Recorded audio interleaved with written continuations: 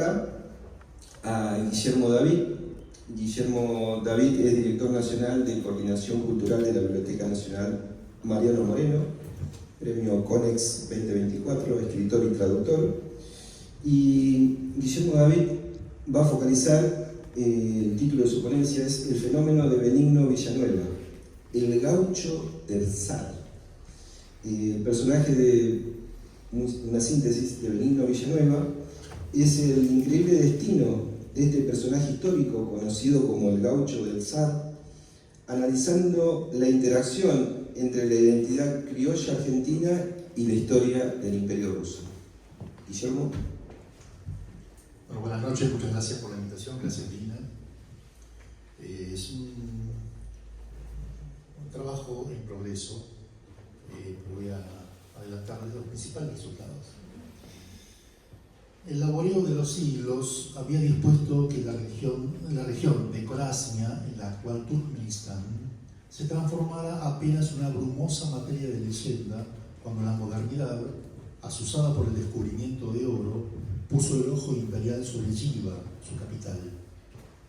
Antiguo centro islámico que conociera la desolación y la civilización a mano de los ejércitos de Genghis Khan y de Tamerlán, el Janato independiente resistió hasta que la Rusia zarista lo anexionó en 1873. En esa campaña, cuyas crueldades apenas podemos imaginar, encontró la muerte un general del imperio de apellido Villanokov. Su verdadero nombre era Benigno Villanueva y era argentino. Nacido en 1815, su abuelo había tenido un rol fundamental en la reconquista de Buenos Aires durante la segunda invasión inglesa en 1807, y su padre se había destacado entre los granaderos de San Martín. Al regresar del Perú, desencantado con las tensiones internas que aquejaban a la América recientemente emancipada, Villanueva padre se bajó del caballo, guardó los galones y se hizo pulpero.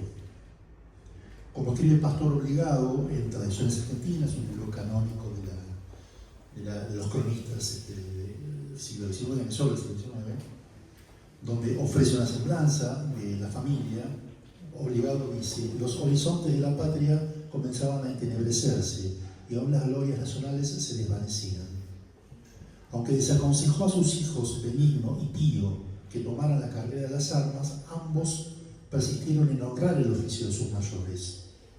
Benigno desertó de los estudios primero, dice Pastor Obligado, de la carrera de comercio a que le dedicaban sus padres y del hogar enseguida, así como desertará después de alguna de otra parte.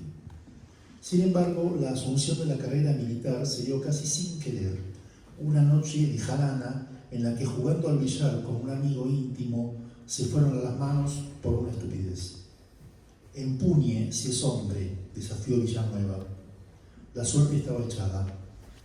Heridos en su honor, medio en joda, concertaron un duelo a sable, y tras una breve escaramuza, Benigno vio con asombro cómo su puño topaba la carne de su amigo, que cayó muerto. Esa desgracia definió su vida. Había logrado con un crimen involuntario su cometido, pues al ser apresado se le impuso como castigo integrarse a la milicia, que era el castigo por el siglo XIX, que era finalmente su destino ansiado. Era en 1835, tenía 20 años y sabía o creía saber quién era. Aunque abominaba del poderío de Rosas, Benigno seguía sus órdenes como buen soldado. Sagaz y corajudo, bajo la jefatura de Prudencio Rosas, hermano del restaurador, no tardó en lograr rápidos ascensos. Para 1839 estaba al mando del escuadrón de escoltas del gobierno y en poco tiempo integraba con el grado de mayor el temible Regimiento 3 de Caballería que batía la frontera sur repeliendo malones indígenas, que tenía al mando un general polaco, Ivanovski, famoso por su crueldad, que había integrado también los ejércitos de Sala en un momento. Como muchos, a Benigno Villanueva le cupo en suerte la de su época. Hizo lo que tenía que hacer y peleó con astucia y arrojo en cuanto a batalla sembraba de cadáveres la pampa. Bajo las órdenes de Nicolás Granada se batió en Tapalqué y en Chascomús, liquidando las tropas adeptas a Lavalle, y pasó a Mendoza con el general Ángel Pacheco para reprimir los últimos conatos de resistencia. En 1841, en la batalla del Rodeo del Medio, sin reconocerlo sino hasta el último momento, persiguió a su propio hermano, que era un furioso unitario, que lo detuvo al grito de «Párate, yo te salvaré». Fue un quiebre para Benigno. Verter sangre filial era un límite que no estaba dispuesto a alcanzar. Desertaría. En la siguiente campaña, siempre bajo el mando de Pacheco, acudió a reforzar el sitio de Montevideo llevado a cabo por Oribe, pero Villanueva estaba decidido y no bien pudo, abandonó las banderas color de sangre, al decir de pastor obligado, y cambió de bando. A esa altura de su vida ya no toleraba formar parte del lado opresor, cualquiera fuera su signo. Durante el sitio de la Nueva Troya, como la llamara Alejandro Dumas, Villanueva logró el aprecio de Mitre, de Garibaldi y de José María Paz, con quien marchó a Corrientes como ayudante de campo. En el cuarto volumen de sus memorias, el general anota que Villanueva, al ver las formaciones enemigas, dijo: la instrucción de este ejército se parece a la de un hombre que hubiese aprendido aritmética sin saber leer ni escribir. El mayor, observa el general Paz, joven de un talento muy despejado, tenía razón. Es el mismo que en la actual guerra de Oriente ha figurado como general de brigada en los ejércitos rusos. Ese fue el primer dato que encontré de Villanueva en la memoria de Manco Paz. Las guerras y, sobre todo, las derrotas suelen arrojar un saldo de militares disponibles cuyas habilidades son requeridas por otros ejércitos. Estando en Brasil, donde se había exiliado siguiendo a Manco Paz, Villanueva fue reclutado por el general mexicano Santana, que estaba formando un ejército para repeler la invasión yanqui que en breve se apropiaría de la mitad del territorio.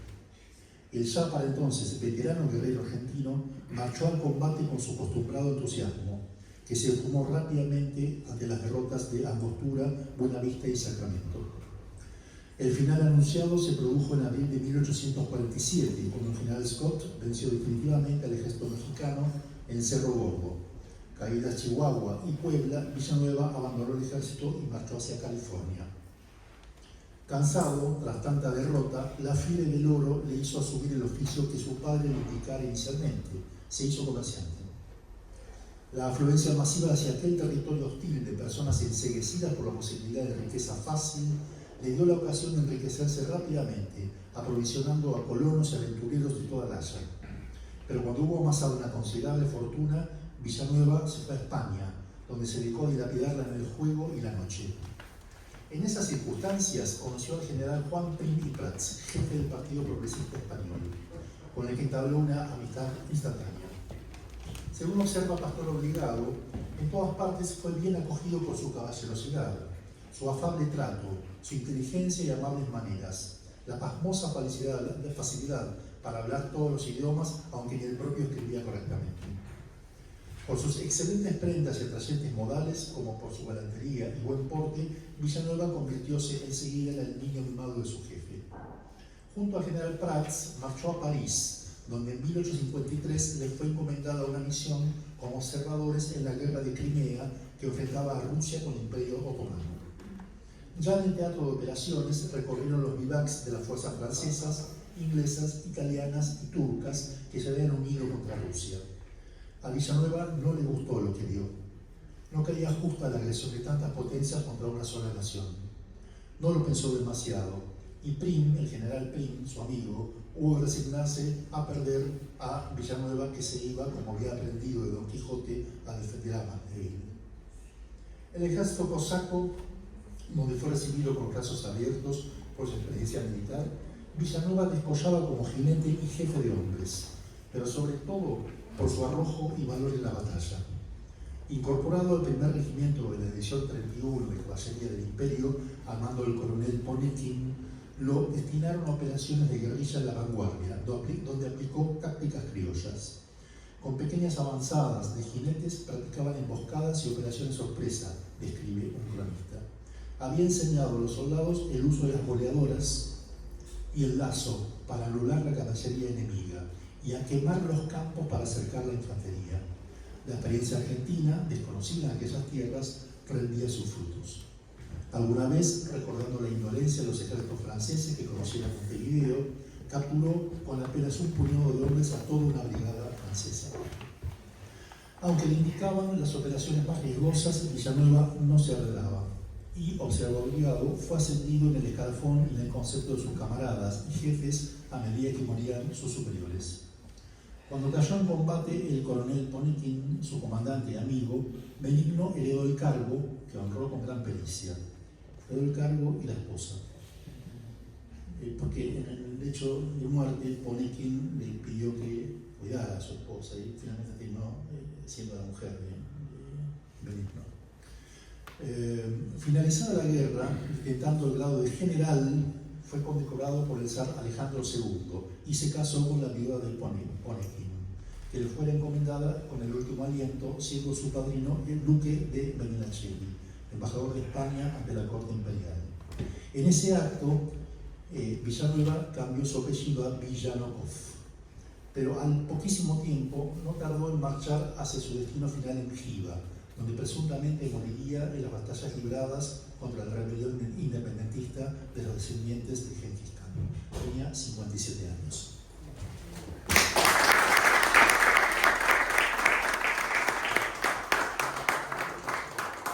Gracias, Guillermo David. Todo un aventurero, el Dovarich, camarada.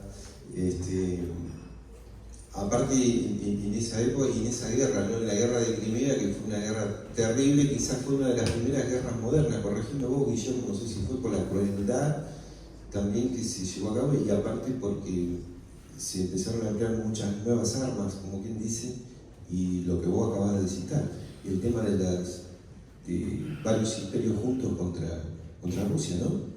Sí, la primera guerra moderna, según Lenin, se considera la guerra de los Boers en realidad, ¿no? Un poquito posterior, porque ya son ejércitos con formaciones de infantería con armas de repetición, que es esa diferencia, ¿no? Que a su vez habían sido ya experimentadas en Estados Unidos. Bueno, esto de la primera, segunda, tercera guerra mundial no importa tanto, importa los efectos de la guerra, ¿no? Lo curioso es que el caso de este hombre que lleva tácticas que son premodernas, pero que en condiciones de guerra y guerrilla son más eficaces, que es algo que todos los ejércitos del siglo XX van a aprender, ¿no? La formación regular, oponiéndose, en el caso de Vietnam y tantos otros, oponiéndose a las formaciones guerrilleras antiguas, digamos, con métodos que suponen conocimiento del terreno y tácticas, como el caso del dominio del caballo, la boleadora no existe en Europa ni en Asia. Digamos, es un arma brutal, de una eficacia única, ¿no? Y lo otro es el incendio controlado del territorio, que es una táctica propiamente indígena, pampa, ¿no? Que los gauchos toman, los ejércitos libertadores de América toman y que los Villanueva llevan a Rusia. Esta es la novedad que él lleva, ¿no? Gracias, Carlos.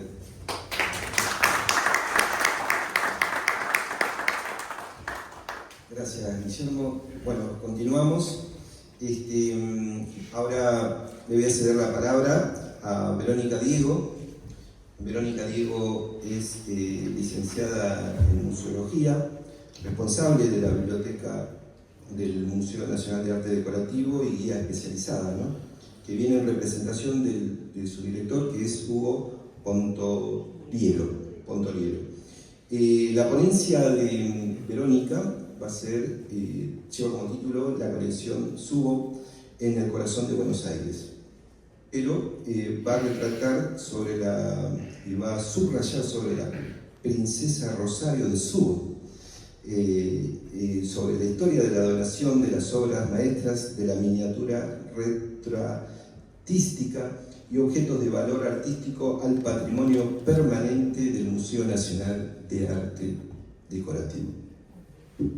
Te cedo la palabra. Gracias. Hola, buenas noches. Bueno, muchas gracias a todos. Todo lo que han contado es apasionante. Gracias, Dina. Lo mío es más frívolo, más tranquilo, más artístico. No tiene tanta guerra, no tiene tanta... Sí tiene algo de diplomacia, en realidad, y es más cortito. Así que no voy a extenderme tanto. No tiene nada científico. Qué apasionante todo lo que me enteré hasta ahora, y me falta todavía. La cosa es relacionada a esta colección, no sé si conocen el museo, El museo, antes de ser museo, fue un palacio. Fue el Palacio Errázuriz Alvear, que era el matrimonio dueño de esa casa, ese palacio.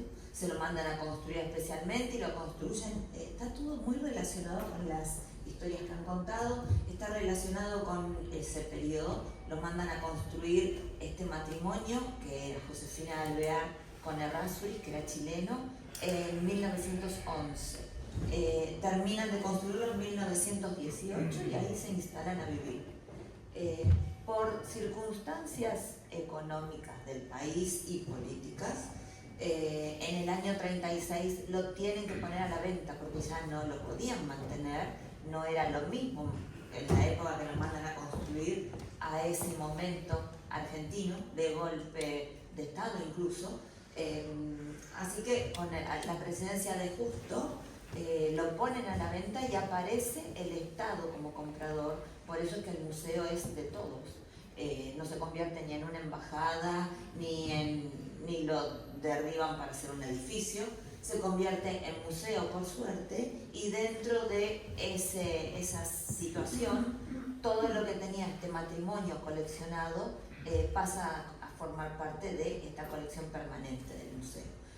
A partir de ser museo por ley en 1937, el museo va recibiendo nuevas donaciones. Y entre ellas recibe una donación en forma de legado en la década de los años 50, como en el 57 creo.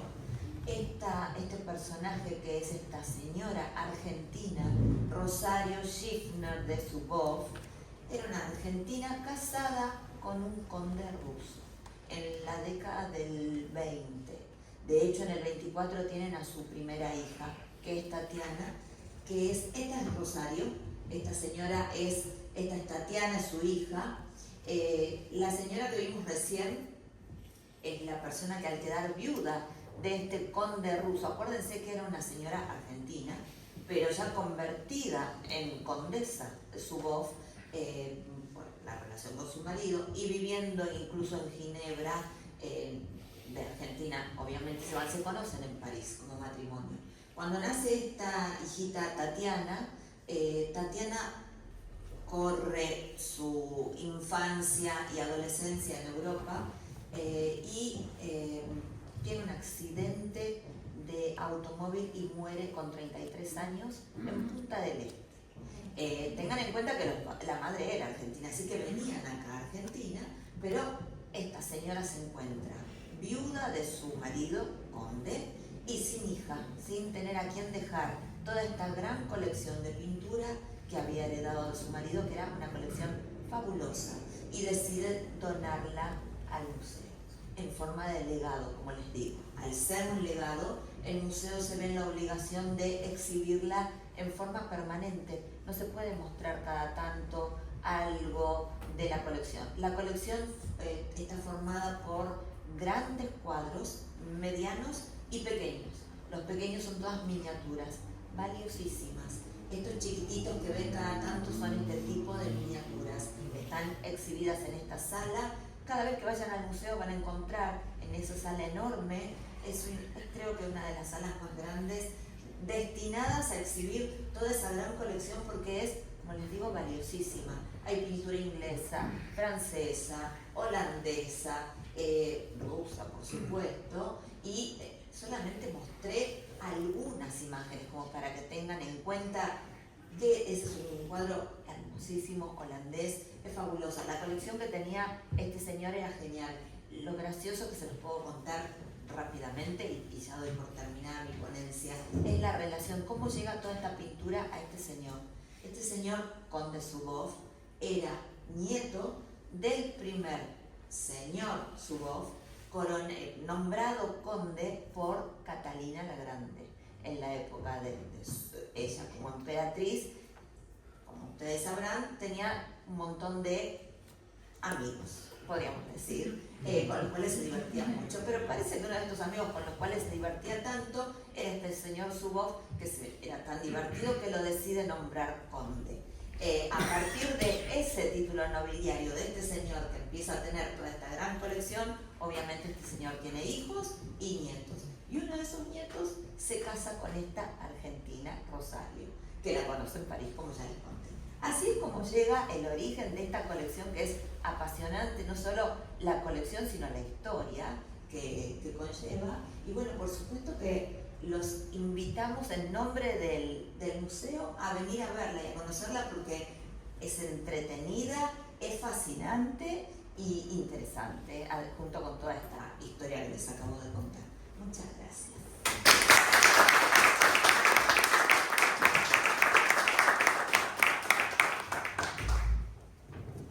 Gracias, Verónica. Te hubiera dejado el micrófono porque te quería preguntar, la sala, ¿cuándo en sí empieza, en qué época, porque la sala existía, pero en sí en qué época empieza a ser más destacada con este tipo de miniaturas y todo lo que estás comentando?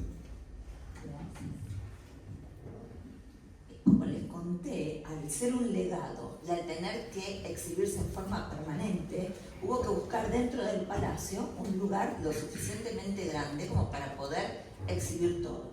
Y esta sala está en el área del primer piso, que es donde estaba toda la parte privada, es decir, donde eran los departamentos, los dormitorios. No en la planta principal, que es la que uno primero recorre, que es la planta social.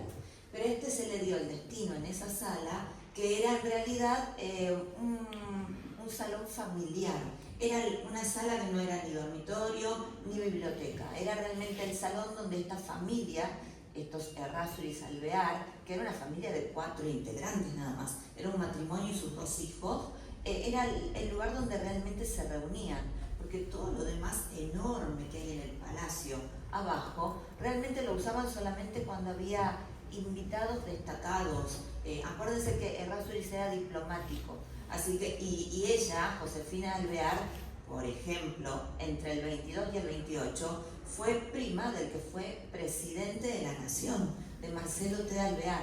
Así que imaginen lo que eran el tipo de invitados que recibía este palacio, después convertido en museo, y esa sala, ese salón enorme, se le da justamente porque no tenía una función tan destacada como dormitorio o como biblioteca. Era simplemente un salón familiar y es enorme, entonces por eso se le da ese destino a toda esta colección, que puede estar perfectamente mostrada. No solo es pintura, hay muebles también. Esta señora Rosario tenía, no, esta señora no, Rosario, la que veíamos hoy, era dueña de un hotel acá en el microcentro también, el Hotel Lancaster. No sé si lo ubican, creo que es en la calle Viamonte, y todo el mobiliario que tenía ese hotel, parte, fue seleccionado por ella y donado también al museo. Eran muebles espectaculares, unos ebanistas fabulosos, franceses sobre todo, y parte de ese mobiliario también lo van a ver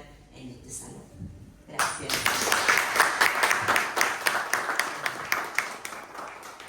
Bueno, la verdad que hay contribuciones. Uno que está acostumbrado a otro tipo de relaciones bilaterales, en el caso de los que provenimos de las relaciones internacionales, más formal, más protocolar y todo ese tipo de cuestiones, se rompe el molde con todo este tipo de anécdotas de personalidades que han contribuido, como dije y reitero al principio, a la relación, sobre todas las cosas, entre los pueblos, que ahí está, me parece, humildemente o adhiero a esa línea de pensamiento internacional donde está la relación que se tiene que fomentar y que es en esta casa también donde se fomenta, ¿no es cierto?, en la Casa de Rusia. De ahí todos los eventos que se vienen realizando, los que se siguen, los que ya se hicieron, los que hoy estamos realizando y los que se van a realizar, por ejemplo, en esta semana o las semanas que vienen. Más allá de que está el Mundial, no me olvido de eso. Bueno, continuamos. Ahora vamos con otra ponencia. Le voy a ceder la palabra a Belén Peschiutta. Digo Peschiutta porque lo nombro así, porque mi apellido Peschiutta en italiano, exacto, y por eso, en español. Muy bien. Por eso, por mi apellido también, porque cuando no lo dicen me doy cuenta también cómo me lo nombran. Bueno, Belén Peschiutta es artista plástica, gestora cultural y curadora de proyectos internacionales. El título de la ponencia es La gracia rusa en el escenario argentino. Ana Pavlova va a puntualizar sobre el impacto de las visitas de la célebre bailarina rusa en Argentina, su influencia en el arte coreográfico sudamericano y la huella cultural que dejó en el público local. Belén, tenés la palabra. Muchas gracias, sobre todo a Dina, por la invitación. Antes que nada, quiero hacerles un comentario, no sé si lo han observado, acá en la mesa de los ponentes tenemos al amigo Georgi, es ruso, tomando mate. Esto es el claro ejemplo de la integración cultural, fundamental. La diplomacia, las relaciones internacionales. Acá tengo a mi jefe que hacemos política internacional, es fundamental y la cultura es la puerta de ingreso a todos los países. Podemos hablar distintos idiomas, podemos tener distintas tradiciones, podemos tener un montón de cosas distintas, pero hay una cosa que siempre vamos a tener como lenguaje, la música, el arte. Ahí vean atrás un montón de obras de arte. Es imposible no conmoverse, es imposible que no sentir algo que te inmovilice, que te dé ese que se le llama electricidad. Bueno, eso es lo que hace la cultura y sobre todo para nosotros que trabajamos en la política internacional es nuestro mecanismo. Bueno, antes que nada, les quiero comentar que hoy me levanté de muy mal humor y por eso les voy a hacer unas preguntas, pero a la vez, como soy buena persona, el que conteste bien va a tener regalos. No sé si tienen hambre, es muy tarde, ¿no? Dulces. A ver, ¿saben lo que es la pavlova? ¿No? ¿Quién dijo el postre? ¿Tu nombre? Es Milce. Un postre. Muy bien. No. Ahora. ¿Quién más sabe el postre? ¿Cómo está hecho?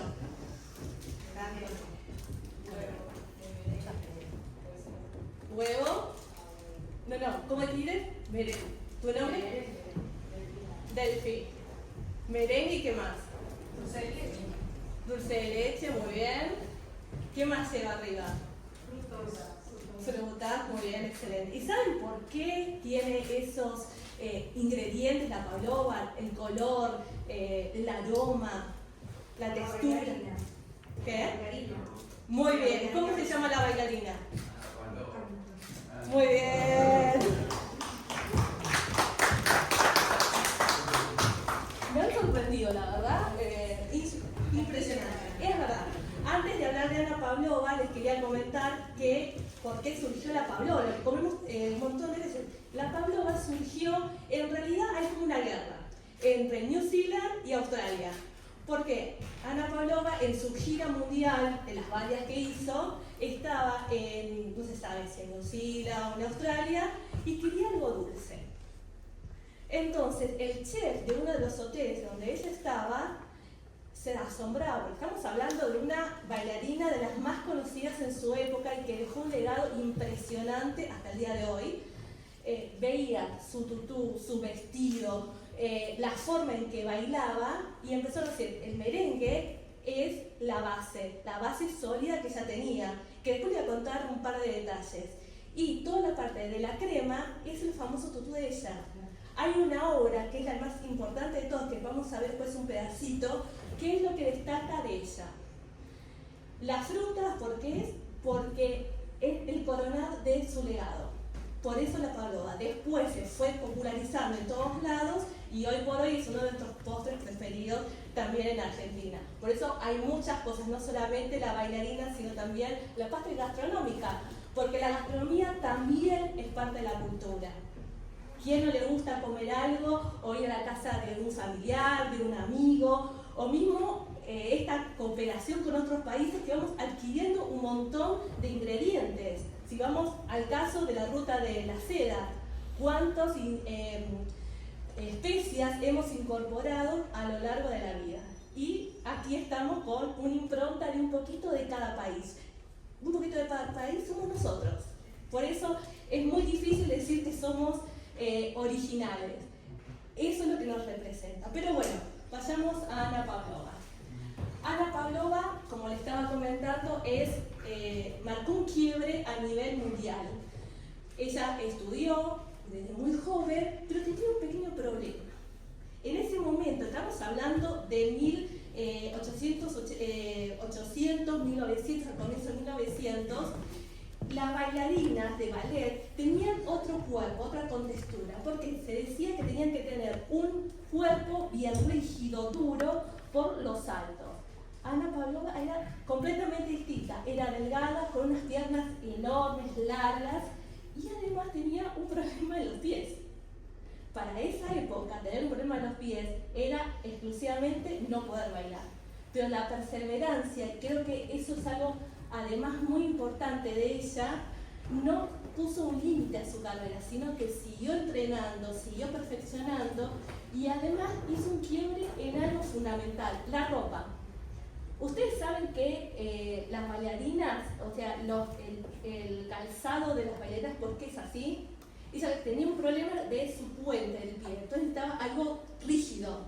Inventó, o sea, a veces uno, que eso pasa muchas veces con los discapacitados o con problemas de otro tipo de cosas, va inventando cosas para poder sobrellevar esas situaciones.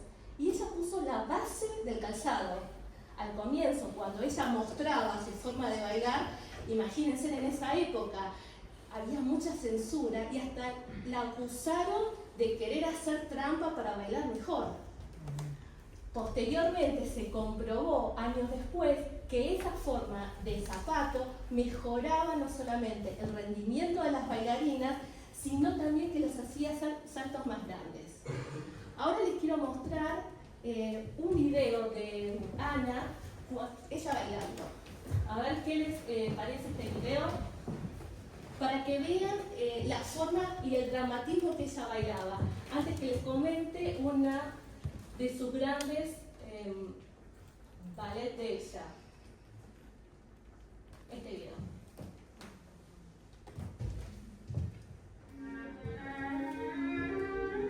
¿Ven el largo de los pies? Tiene un arco impresionante.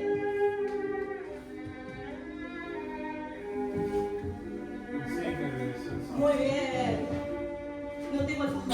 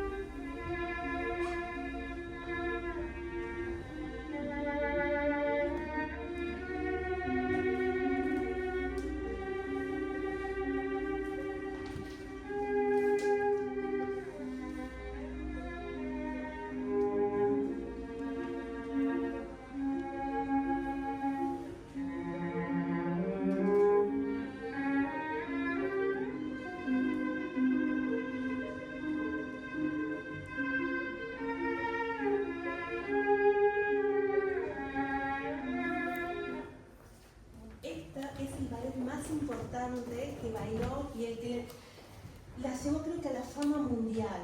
Este es La muerte del cisne. El dramatismo que ella puso, porque eran 3 minutos nada más de que ella tenía un solo, el dramatismo de la vida a la muerte que lo caracterizó fue impresionante. La forma en que movía los brazos, la forma de las piernas, la elasticidad. En ese momento el ballet no lo tenían. Por eso ella hizo con esto un antes y un después en el ballet. Siguió haciendo muchas giras importantes alrededor del mundo. Estamos hablando que en esa época había un quiebre, estamos hablando de 1900, al principio de 1910. Ella hizo giras en Asia, África, América Latina y obviamente no podía pasarnos el Teatro Colón. Imagínense que en ese momento el Teatro Colón no era tan popular el ballet, sino era la ópera. Estamos hablando de otros tiempos. La ópera era casi todo en el Teatro Colón. Ella, cuando vino acá, no solamente empezó a incorporar el ballet, sino que dio el origen al ballet estable del Teatro Colón. Dio las bases de todo y la forma de cómo expresarse, de cómo cambiar la fisonomía, y algo que a los argentinos de esa época impresionó: la calidez de ella, la perseverancia que ella tenía, y sobre todo algo que no se veía en esa época, la calidez de que ella enseñaba a los demás. Eso fue lo más impactante de su historia acá en Argentina. Y no solamente eso, sino las cantidades de ballet, de obras que hizo acá en Argentina. Aproximadamente entre 1910 y 1920, en esa década, vino un montón de veces y fue cuando el público argentino la catalogó como una de las mejores bailarinas de todas las épocas. Por eso es algo muy interesante. Y lamentablemente ella murió en La Haya. Imaginen algo que a mí me impactó mucho. Ella tuvo una enfermedad, no quería operarse porque la operación iba a significar no poder bailar. Una siguió bailando como si nada, y la última noche le pidió a su asistente que le preparara su ropa, su tutú, para bailar el famoso Cisne de la Muerte. Esa noche murió. Al día siguiente, en el ballet, cuando le tocaba a ella la parte de los 3 minutos, ¿qué pasó? Fue algo impactante. Todo el auditorio estaban callados. Cuando abrieron el telón, la orquesta comenzó a tocar la música, no había nadie. El telón, el fondo del telón estaba oscuro y solamente una luz reflejaba los movimientos de que ella hubiese hecho, los saltos, la destreza. Fue tal la conmoción de la gente que aplaudieron por más de 10 minutos.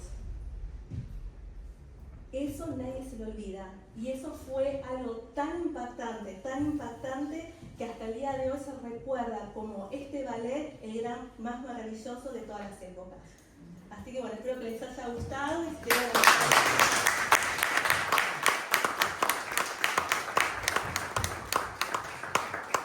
Gracias, Belén, por acercarnos a Ana Pavlovna. La verdad, trágico después el final. Ella, como contaste, falleció en La Haya, en Holanda. Sí. Ah, mira. Porque en los últimos tiempos ella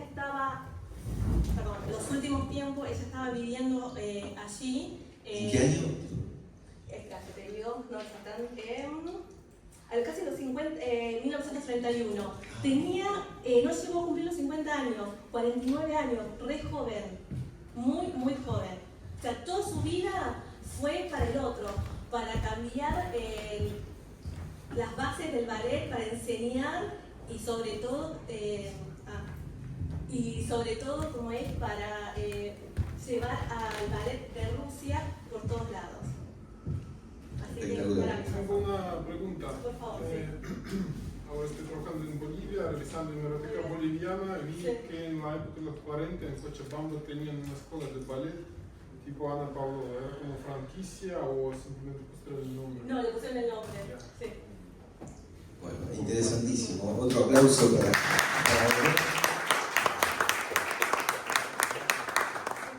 vuelvo a repetir, disculpen que sea reiterativo, bueno, todos estos personajes que nos acaban de acercar, ¿no? Que han contribuido a generar y a profundizar las relaciones bilaterales entre Argentina y el Imperio Ruso, después la Argentina y la Unión Soviética, y a partir del año 91, diciembre del 91, principio del 92, nuevamente Argentina y la Federación de Rusia, ¿no es cierto?, después de la desintegración de la Unión Soviética. Bueno, ahora el último ponente, para cerrar estas segundas lecturas de Alexander Yunin, le voy a ceder la palabra a Georgi Polin. Él es historiador, diplomático, consejero de la Embajada de Rusia en Bolivia, anteriormente cónsul en Argentina, en Buenos Aires, desde el 2016 al 2023. El título de la ponencia de Georgi Polin es El arquitecto diplomático que unió los destinos de Moscú y Buenos Aires. Se va a centrar en la persona de Mikhail Sergeyev, el primer embajador soviético en la Argentina tras el restablecimiento de las relaciones bilaterales diplomáticas en 1946, porque como habían dicho anteriormente, las relaciones se cortan a partir de la Revolución de Octubre de 1917. Si bien había una cuestión comercial, después se retoma en 1946 con el gobierno del general Perón. Bueno, volviendo a la presentación de Georgi Polin y su ponencia, va a destacar la figura del primer embajador soviético en la Argentina y todas las relaciones que hubo en esos momentos entre la embajada y los trabajos que hizo la embajada de Rusia en Buenos Aires. Georgi Polin. Muchas gracias, Dina Ivanovna, por esta oportunidad de hacer una pequeña charla. Creo que tiene algo de importancia porque este año estamos celebrando 80 años desde el restablecimiento de las relaciones diplomáticas entre Argentina y Rusia. Desde el año 46 la embajada de Moscú está permanente, esperamos que siempre esté, ¿no? Realmente este título no lo puse, no sé quién lo puso, realmente no fue ningún arquitecto diplomático, pero es una persona importante por ser el primer embajador soviético en Buenos Aires y por dejar, muchas gracias le tenemos que dar, por dejar unas bastante nutridas memorias de su primera misión. El contexto histórico del 46. Argentina fue muy hostigada en las Naciones Unidas. Era considerado un país demasiado alineado con la Alemania nazi.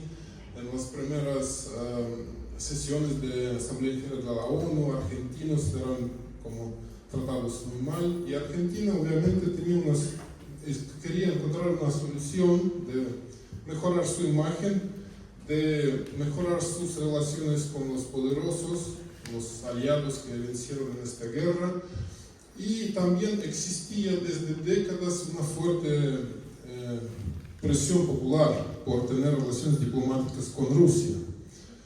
Ayer hablamos un poco sobre Jantor, que era la sociedad anónima comercial, que también cumplía funciones de embajada, y entonces fue allanada en el 31, fue cerrada, pero seguían los comunistas, seguían los socialistas, y la imagen de la Unión Soviética en los primeros años postguerra era mejor que nunca.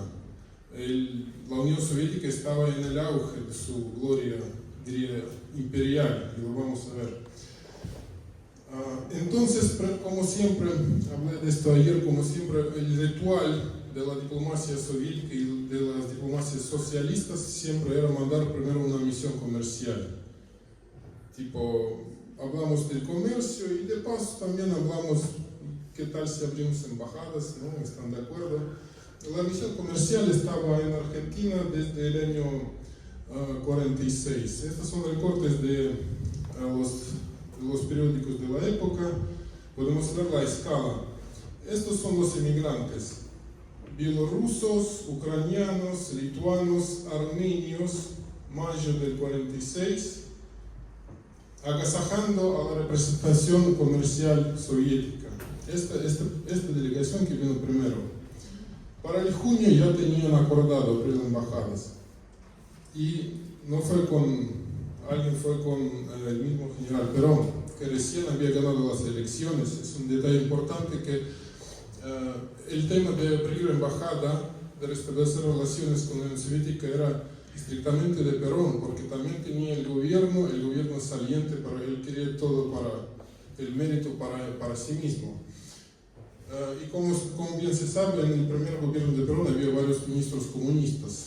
O sea, para el año 46 Perón era considerado muy amigo de los comunistas, lo que provocó gran entusiasmo, grandes esperanzas en la diplomacia soviética.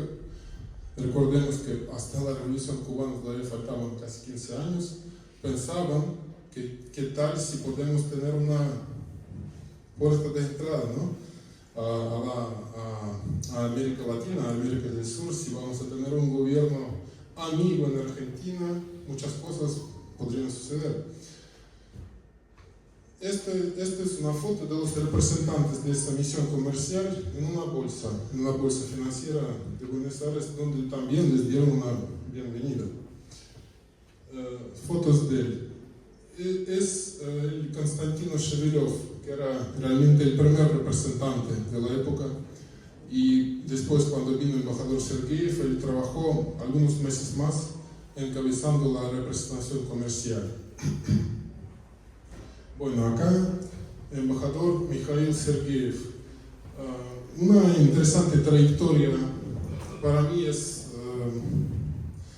especialmente interesante porque soy diplomático de carrera. Bueno, sobreviviente de las purgas estalinistas de la década de los 30. No había muchos diplomáticos de carrera que en los años postguerra desempeñaban funciones diplomáticas porque muchos de los antiguos fueron reprimidos. Hablaba italiano muy bien. Con el general Perón hablaron los dos en italiano. Perón hablaba perfectamente el italiano. La noticia de que va a ser un embajador en Argentina, él tuvo esa noticia siendo embajador en Bélgica.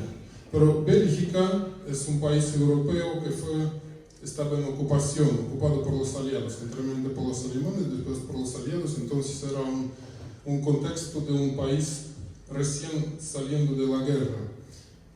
Lo llamaron a Moscú, le pasaron un cable a Bruselas, fue a Moscú y le dijeron: vas a entrevistarte con el mismo Stalin. Fue al Kremlin, lo llevaron al Kremlin. Junto con el Stalin estaba Vyacheslav Molotov, uno de las personas más importantes en la jerarquía soviética. En aquel entonces era canciller, jefe de la diplomacia, y también estaba el vice de Molotov, responsable por todo el hemisferio occidental. Sergeyev empieza a dar discursos cómo estaban las cosas en Bélgica, relaciones con Bélgica, y Stalin lo interrumpe y le dice: vas a ir de embajador a Argentina. Así lo narra el mismo Sergeyev en sus memorias. Y Stalin le dijo: a usted le espera un gran trabajo. También hablaron que tenemos muchas expectativas de Argentina desde el punto de vista comercial. Es un gran productor de granos, de carne, de aceites. Fomentemos el intercambio comercial, pero lo que le espera es un gran trabajo. Entonces, él era uno de los últimos embajadores que todavía usaban barcos para llegar a su embajada de destino. Y a partir de la década de los 50, del millón de los 50, ya aviación. Pero él embarcó el 2 de agosto y solamente en Holanda, y solamente el 31 de agosto llegó al puerto. O sea, le tocó ir 3 semanas en el barco y todo ya estaba preparado. Es un recorte del periódico La Hora, uno de los importantes periódicos argentinos comunistas, de índole comunista de la época. Y él mismo está narrando que donde sea que aparezca él como embajador soviético, siempre había una muchedumbre. Estaba rodeado de personas que gritaban algo, sacaban pañuelos blancos, gritaban algo, él no podía entender qué gritaban, pero mucha alegría, mucho entusiasmo. Los comunistas argentinos estaban realmente, sinceramente, felices de por fin tener una embajada soviética. Tenían meses de lucha, de manifestaciones para presionar al gobierno, el que tenían para por fin restablecer relaciones diplomáticas. Así que muy cálida bienvenida. Fue conmovedor, emocionante. Acá una cálida bienvenida al primer embajador soviético le organizaron los trabajadores de Argentina. Acá lo que me llama especialmente la atención es, creo que es la esposa. Hay otras fotos con sombrero todavía más extravagante.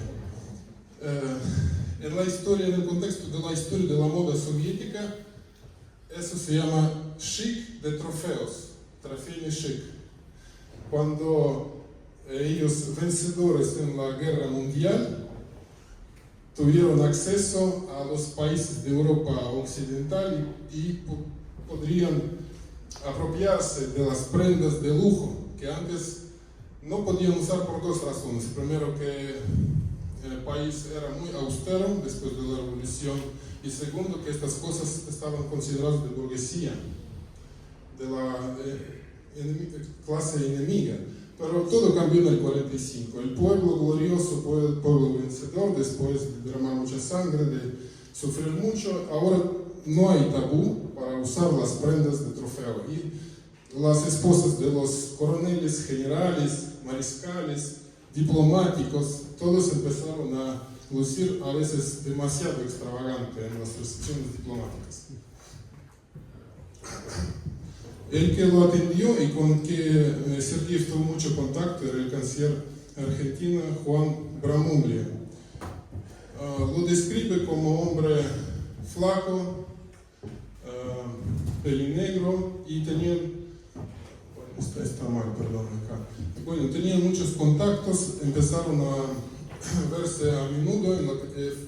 Al día siguiente ya fue a verlo a la Cancillería. Bramuglia le dijo que todo bien, que el general Perón me encomendó llevar ese asunto. Sergei le empezó a hablar, vamos a firmar un tratado de comercio, otro tratado. Y bueno, como un verdadero argentino, Bramuglia, esa voz diplomática lo saben muy bien, le dijo, sí, claro, mándame la copia, lo revisemos. Y Sergei narra que durante meses tenían estas entrevistas y Bramuglia le decía, bueno, acá creo que esa palabra hay que cambiar por otra, por favor lo revisen, después veamos. El tratado de comercio que Sergei, muy entusiasmado, pensaba concluir en sus primeras semanas de su estadía, solamente fue firmado en el año 53, cuando muchos años después de que Sergei ya fue retirado de su puesto. Bueno, sin embargo, otro acto solemne después de hacerle una bienvenida popular en el puerto fue entrega de las cartas credenciales al mismo Perón. Sergei narra que Perón recién había sido promovido para general, por eso lucía un uniforme de general argentino de máxima gala y tenía un bastón presidencial. Era muy amable y hablaron en italiano. Sergei se puso también el uniforme del embajador, recién introducido en el año 44.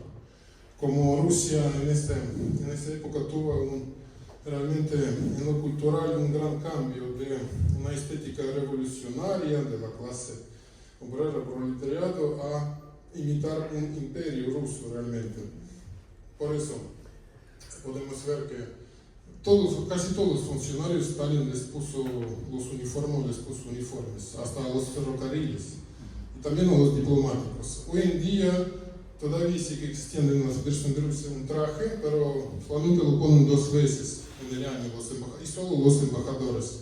La recepción del Día Nacional y la fiesta profesional, que es el Día del Diplomático ruso. Pero en los años 40 todos los diplomáticos del menor rango, del mayor rango, tenían que sí usar el uniforme, o sea, como militarizados y uniformados.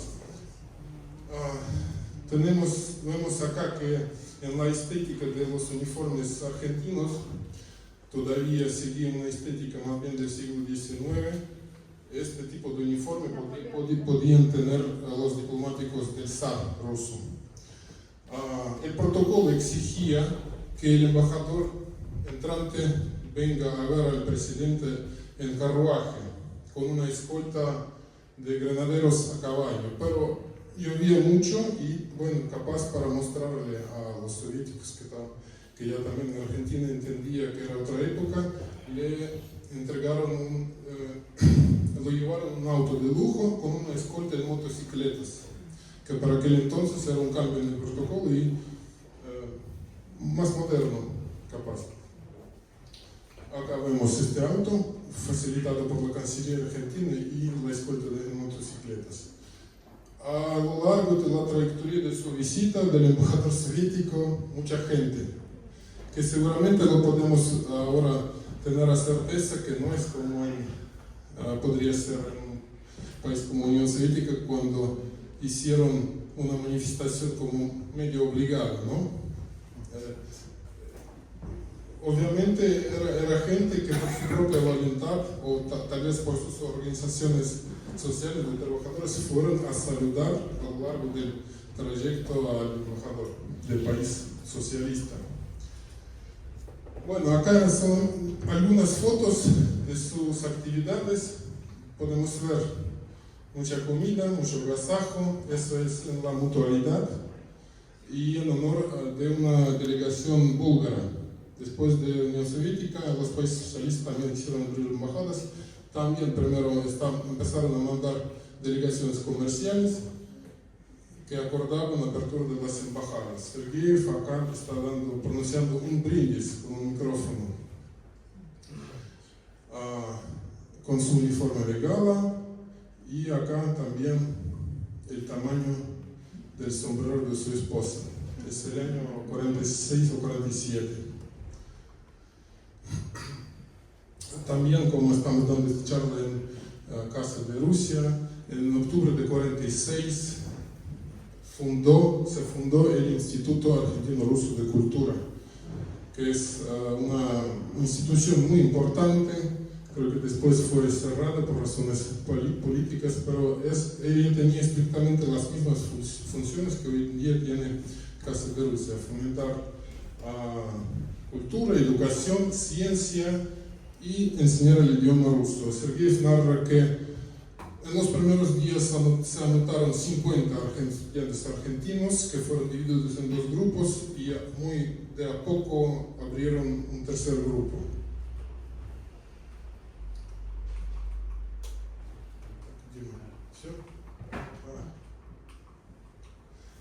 También recién hablamos de Vavilov, que estuvo en la década de los 30 recolectando semillas y muestras de plantas. Este trabajo fue prolongado porque tuvieron una visita de los botánicos soviéticos con patrocinio del Instituto de Cultura, y muy interesante que en junio del 47 un grupo de astrónomos soviéticos realmente fueron a ver el eclipse solar en Brasil, pero también pasaron por Buenos Aires y su expedición astronómica fue atendida en la casa soviética, del Instituto de Amistad. Sergeyev también narra que donde aparezca un diplomático soviético, no solamente él, sino otros de su embajada, en los primeros años, la gente los rodeaba y empezaba a bombardear con preguntas, porque era un tema que estaba muy de moda. ¿Cómo es el país soviético? ¿Cómo es el país socialista? Había mucha propaganda antisoviética, pero la gente estaba un poco ya con dudas, tipo, ¿será verdad o no será verdad? Pedían, por favor, cuéntenos. Vieron este espacio también para difundir su punto de vista.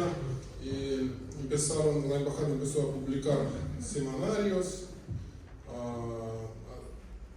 y realmente nunca antes ni nunca después una palabra de un diplomático de Moscú pesaba tanto en Buenos Aires como en estos años. Bueno, después toda fiesta llega a su fin, nuestra charla también está llegando a su fin. En el 47 sufre un duro golpe. Ya empieza la Guerra Fría en el hemisferio occidental, en América Latina, y hay ruptura de relaciones con Brasil y con Chile en octubre del año 47. Se alinean los países, estos países van con Washington, otros van con Moscú, y hay una breve lucha por Argentina. El gran logro realmente lo podemos ver ahora 80 años después. El gran logro de la diplomacia moscovita era que las relaciones nunca fueron rotas, pero fueron muy perjudicadas. Empieza una fuerte campaña anticomunista, empieza una fuerte presión por parte de Washington, pero las relaciones nunca se rompen, pero se congelan. O sea, dejan de ser tan amigos, dejan de atender, hay un control policial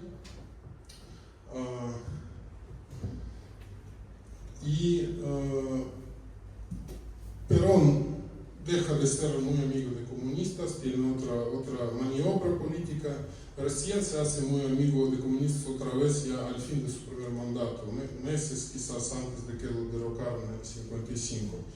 Es interesante que en mayo del 55 la embajada soviética, ya con otro embajador, hizo una gran exposición comercial e industrial que fue visitada por el mismo Perón, que vieron como un signo muy bueno y estaban llenos de entusiasmo, pero meses después derrocan al general Perón y Argentina entra en su etapa de anticomunismo de la Guerra Fría. Bueno, ¿qué pasó con Sergeyev? Está informando mucho, está reportando todo el tiempo, su entusiasmo de sus primeros meses cambia por una irritación, está enojadísimo con el gobierno argentino que promete mucho pero hace poco, y cuando empieza esta campaña anticomunista el embajador lo llaman de vacaciones, va de vacaciones a finales del año 47 y nunca regresa más. O sea, así fue la vida de los diplomáticos soviéticos de carrera que no podían decidir nada realmente. Está el embajador de Bélgica, te dicen, venía a Moscú y te dicen, bueno, te mandamos a Argentina.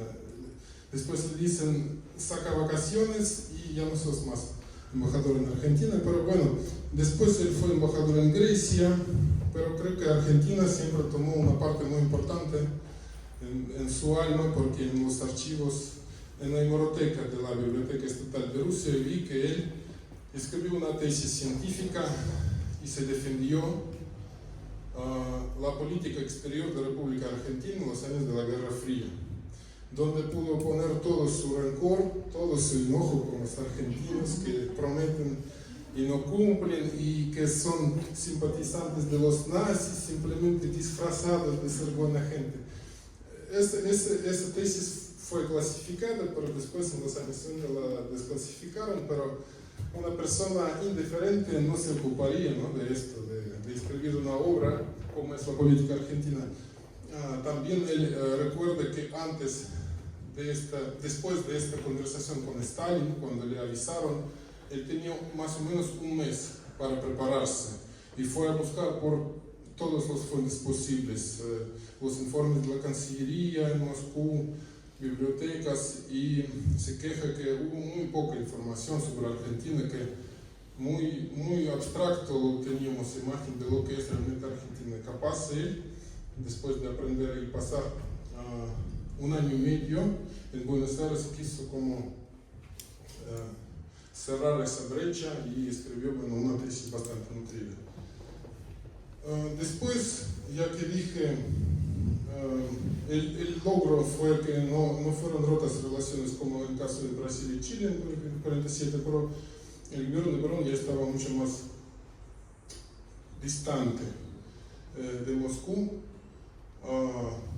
Tenían el tercer camino, y si no me equivoco, me corrigen si me equivoco, el tercer camino era que la guerra mundial es inevitable entre los comunistas y los imperialistas, no vamos a sacar castañas del fuego con nuestras manos, que lo hagan otros, nosotros vamos a estar independientes. También es interesante que para el año 55, cuando Perón empezó a tener muchos problemas con los de derecha, con la Iglesia Católica, con los grupos de derecha en Argentina, otra vez quiso hacerse amigo de la Unión Soviética, y siempre el tema que los interesaba a los argentinos era la industrialización. Querían industrializarse, estaban interesados en conocimiento técnico y en las misiones técnicas de la Unión Soviética. Bueno, y acá para concluir, la fiesta más importante en la época soviética, el 7 de noviembre, aniversario de la revolución. En el 47 eran 30 años de la revolución socialista del octubre, y creo que lo hicieron en el Parque Norte, que ya no existe, pero era un espacio enorme, con muchísimo volumen, sí, estaba entre Palermo y Recoleta, si no me equivoco, y acá vemos cerca del parque, sí. Acá vemos muchedumbre, mínimo 6.000 personas atendieron esta recepción solemne, esta fiesta. Acá vemos la foto del embajador hablando, y acá no se ve, pero en los medios periodísticos, es como para mí me parece muy curioso, había retratos de San Martín, de Perón y de Stalin, todos juntos en un acto. Bueno, con esto ya prefiero terminar porque sé que estamos cansados. Bueno,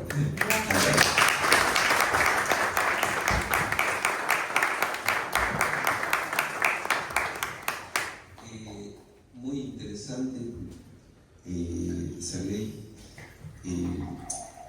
Georgi, quiero decir, nos traes a rememorar, sí, momentos en la Argentina donde, o por lo menos uno se acerca a eso, ¿no? Donde en la Argentina algunos adherimos a que se estaba haciendo una revolución, ¿no? En cuanto a los derechos de los trabajadores, ¿no? A partir del año 46, ¿no? Por ahí derechos que antes no los tenían de otra manera. A partir del 46 esos derechos se plasman institucionalmente en toda la República Argentina.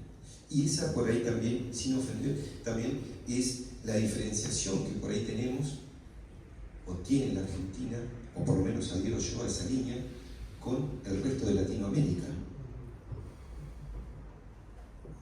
O sea, los derechos que tenemos, tanto en el trabajo y en otras cuestiones, que vos como diplomático lo debes saber, si comparamos con otros estados latinoamericanos, lamentablemente, ¿no?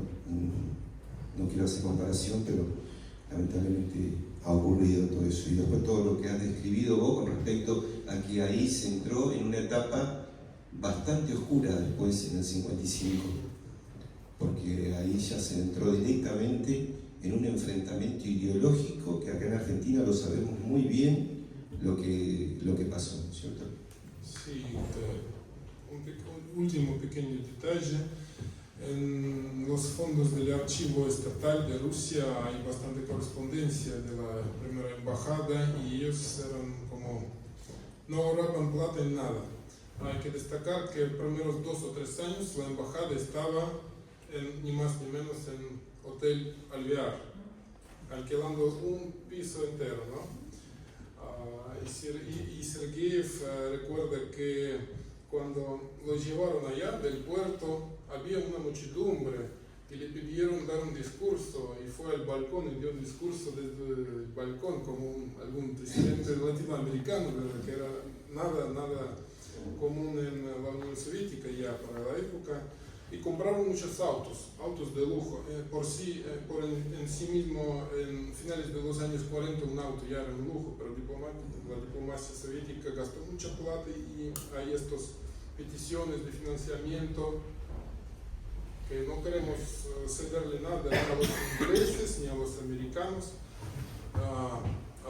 2 o 3 años después la embajada se trasladó a Calle Posadas, y en las fotos del 56, cuando empezaron la rebelión en Hungría, hubo protestas muy fuertes, porque era por el tema de solidarización católica, y varios de esos autos fueron quemados. En la prensa argentina todavía hay. En la hemeroteca de la Biblioteca Nacional se puede consultar, octubre-noviembre del año 56, saqueo del edificio de la embajada, autos que tenían en el garaje, vidrios rotos, y les prendían fuego. O sea, ese fue como el destino de estos autos tan lujosos que le costaban tanto a la embajada en el 46. Bueno, te agradezco.